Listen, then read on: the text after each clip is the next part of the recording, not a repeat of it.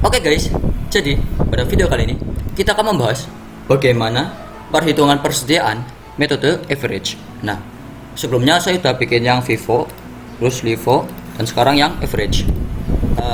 Langsung aja ya, kita pakai kasus yang sama, average ya, rata-rata. Nah, average ini artinya rata-rata ya, rata-rata kayak mukaku ya, ya muka-muka pas-pasan ya gitu lah. Langsung aja coy. Average. Nah, karena perhitungan persediaan kan juga ada dua metode ya, baik periodik maupun perpetual. Nah, kita hitung yang periodik dulu ya. Sama kayak Livo maupun Vivo, periodiknya kita hitung dulu dari persediaan awal, terus pembelian pertama, kedua, ketiga, dan sampai total persediaan kita ya. Nah, ini sama ya, persediaan awal 200 unit, terus pembelian pertama, pembelian kedua, pembelian ketiga ya, total persediaan 1000 unit. Dari sini ya, pembelian pertama, pembelian kedua, pembelian ketiga ya, harganya 10.000 unit, 11.000 unit, sama 12.000 unit ya. Total persediaan kita 10.400. Nah, penjualannya berarti tetap sama ya, karena periodik, baik kasusnya sama juga. Penjualan 700 unit dari penjualan 200 unit tanggal 7, terus penjualan tanggal 14, penjualan tanggal 25, sama penjualan tanggal 29 ya. 200 tambah 100 tambah 200 tambah 200. Nah, terus untuk mencari HPP-nya ini guys. Ini kan karena total persediaan kita sebanyak 10.400 dengan 1000 unit ya. Maka harga rata-rata kita, harga rata-rata persediaan kita, karena ini pakai metode rata-rata ya, average, maka harga rata-ratanya tinggal dibagi aja, 10.400 dibagi 1000 ya, yaitu 10.400. Nah, ini adalah harga rata-rata persediaan kita. Nah, dengan harga rata-rata 10.400, maka HPP-nya adalah 10.400 tinggal kali 700, 7.280 ya. Nah, maka dengan total persediaan kita 10.400 dikurangin HPP ini, penjualan kita total persediaan yang kita jual 7.280, maka persediaan akhir kita tinggal 3120 ya. Nah, terus gimana jurnalnya? Sama kayak Vivo maupun Livo, periodik ya. Kalau jurnal pembelian yaitu debitnya adalah pembelian, debitnya nominalnya maksudnya sebesar 300 kali 10.000, 3 juta. Terus kreditnya adalah utang dagang. Ini ya, utang dagang 3 juta ya. Nah, ini untuk jurnal pembelian. Nah, kalau jurnal penjualan tanggal 7 misal, tanggal 7 ya, penjualan 200 unit, debitnya adalah piutang besar berapa ini, 200 kali 15.000, dan kreditnya adalah penjualan besar 3 juta. Sama ya, periodik ya, debit untuk pembelian adalah pembelian dan utang, pembelian dan utang ya, pembelian dan utang, pembelian dan utang. Nah, kalau jurnal penjualan, piutang dan penjualan, piutang dan penjualan, piutang dan penjualan, piutang penjualan ya. Nah, dan untuk karena metode periodik ini ya, tanggal 31 atau akhir periode itu ada penutupan. Nah, penutupannya tetap sama, yaitu persediaan akhir, HPP, persediaan awal, dan pembelian ya. Nah, persediaan akhir juga udah kita ketahui tadi ya. Ini saldo akhir 3.120. HPP-nya juga udah kita ketahui 7.280 ya. Nah, persediaan awal kita 1.800 ya. Terus pembelian kita ini berarti tinggal kita jumlah ya, 3 juta tambah 4.400 tambah 1.200, 8.600 ya. Ini balance ya, ini tambah ini tambah ini, balance ya. Nah, ini untuk yang periodik. Kalau perpetual biasa kita pakai kartu persediaan ya, perpetual ya, mulai dari tanggal 1.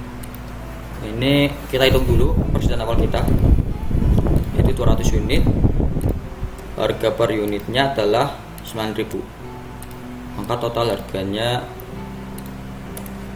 1.800.000. Ini kita, nah terus lanjut tanggal 3 ya, tanggal 3 yang mana ini kita blok. Nah tanggal 3 adalah pembelian, maka masuk sini ya, kolom pembelian sebanyak 300 unit, harga per unitnya 10.000, berarti totalnya adalah 3 juta ya. Nah karena dalam metode average, maka yang awalnya kita punya 200 unit, terus kita beli 300 unit, yang mana persediaan kita sebelumnya adalah 1.800.000, dan terus kita beli senilai 3 juta, maka harga rata persediaan kita yaitu 4.800.000 dibagi 500 ya, 9.600.000. Nah ini adalah harga rata persediaan kita. Karena ini adalah perpetual average, maka pasti, ya nggak pasti sih, setiap ada transaksi pembelian yang mana harga pembeliannya adalah itu berbeda dari persediaan kita sebelumnya, maka harga rata persediaan kita otomatis berubah. Ya kan, ini harga persediaan kita sebelumnya 9.000, terus kita beli yang harganya 10.000-an, maka persediaan kita, harga persediaan rata kita adalah 9.600. Dari mana? Ya dari total ini 4.800.000, 1.800.000 tambah 3 juta dibagi total unit persediaan kita 500, 9.600.000. Nah lanjut tanggal 7 yaitu penjualan, berarti masuk sini HPP yaitu sebanyak 200 unit ya. Nah 200 unit ini, nah kita kan sebelumnya punya persediaan 500 unit dengan harga 9.600. Karena metode rata persediaan, rata average, maka 200 unit ini kita ambil dari harga yang sebelumnya ini yang tadi rata-rata 9.600. Maka total HPP pada penjualan itu adalah 1.920. Nah sisa persediaan kita yang aslinya 500 terus kita jual 200, maka tinggal 300, harganya 9.600 ya. Total persediaan kita tinggal 2.880. Terus tanggal 14 penjualan, berarti masuk sini ya, penjualan 100 unit. Nah sebelumnya persediaan kita tinggal 300 unit dengan harga 9.600 ya, maka pada tanggal 14 kita jual 100 unit, maka harganya yang harga ini 9.600. HPP nya berarti senilai 960.000 ya. Maka sisa persediaan kita 300 kurangin 100 adalah 200, harganya 9.600, maka total persediaan kita tinggal 1.920. Lanjut tanggal 17 itu pembelian, berarti masuk sini pembelian 400 unit, harganya adalah 11.000, totalnya 4.400.000. Nah maka total persediaan kita yang aslinya 200 unit, terus kita beli 400 unit, maka persediaan kita tinggal 600 unit ya. Nah maka totalnya, akumulasinya yang aslinya kita punya 1.920, terus kita beli lagi 400 unit senilai 4.400 ya, maka total persediaan kita akumulasinya adalah 6.320. Maka harga rata persediaan kita pada saat itu tanggal 17 ini berarti 6.320 ini harga ini ya, total persediaan kita dibagi total unit persediaan kita 10.533 ya. Nah ini adalah harga rata persediaan kita pada saat ini, pada saat itu tanggal 17 ini ya.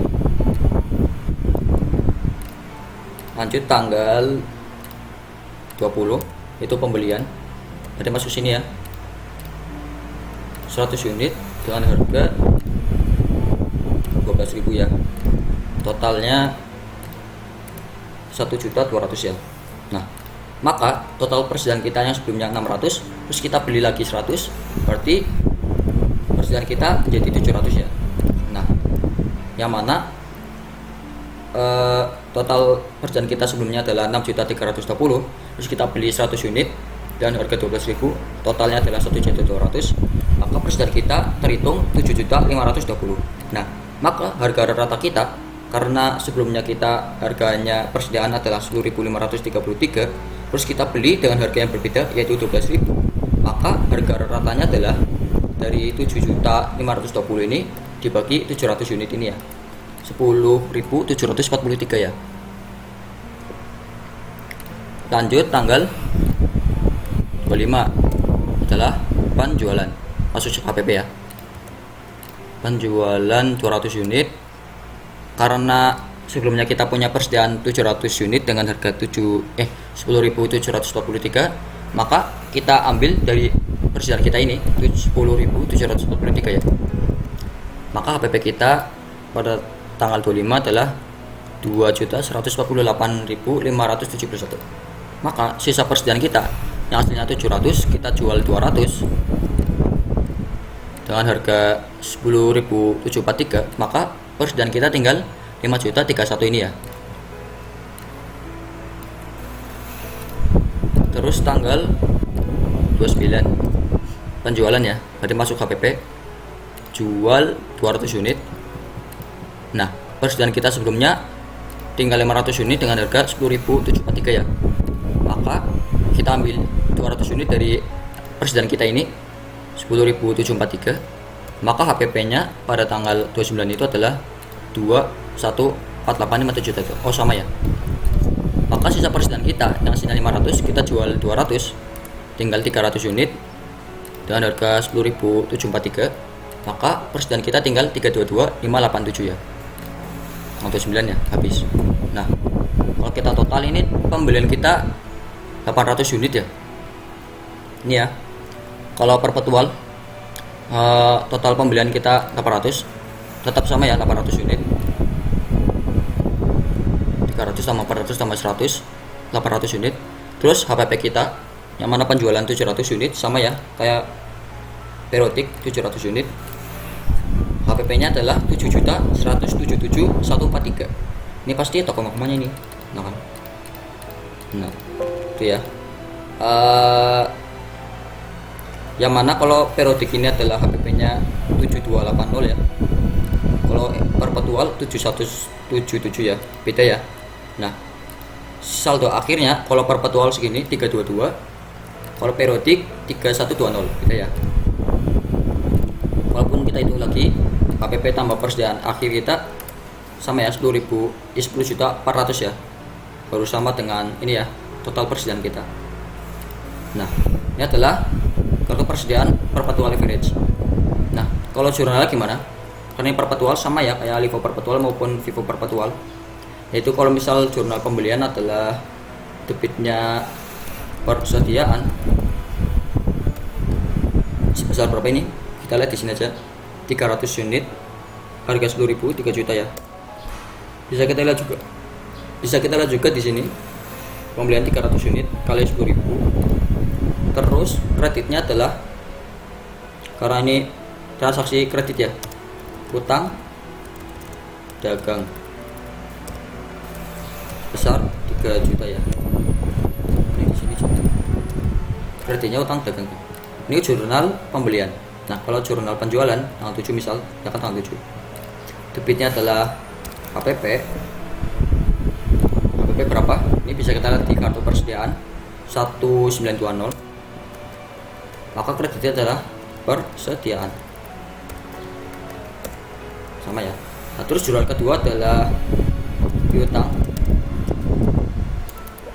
Sebesar berapa? Nah, kalau piutang ini kita lihat dari soalnya, yaitu 200 unit kali harga jualnya 15.000 ya. Kreditnya adalah penjualan 3 juta. Ini adalah jurnal untuk metode perpetual ya. Pembelian adalah persediaan dan utang dagang, penjualan HPP persediaan dan piutang penjualan. Perpetual sama semua ya jurnalnya. Jurnal pembelian persediaan utang, HPP persediaan piutang penjualan. LIFO pun sama, average pun sama, perpetual. Nah, ini perhitungan persediaan metode average ya, baik periodik maupun perpetual. Ya, sekian video kali ini. Nah, juga kalau misal saya jelasinnya agak bingungin atau nggak jelas, muter-muter nggak jelas, ya saya mohon maaf ya, karena saya juga masih belajar sih. Ya, sekian video kali ini. Udah segitu aja.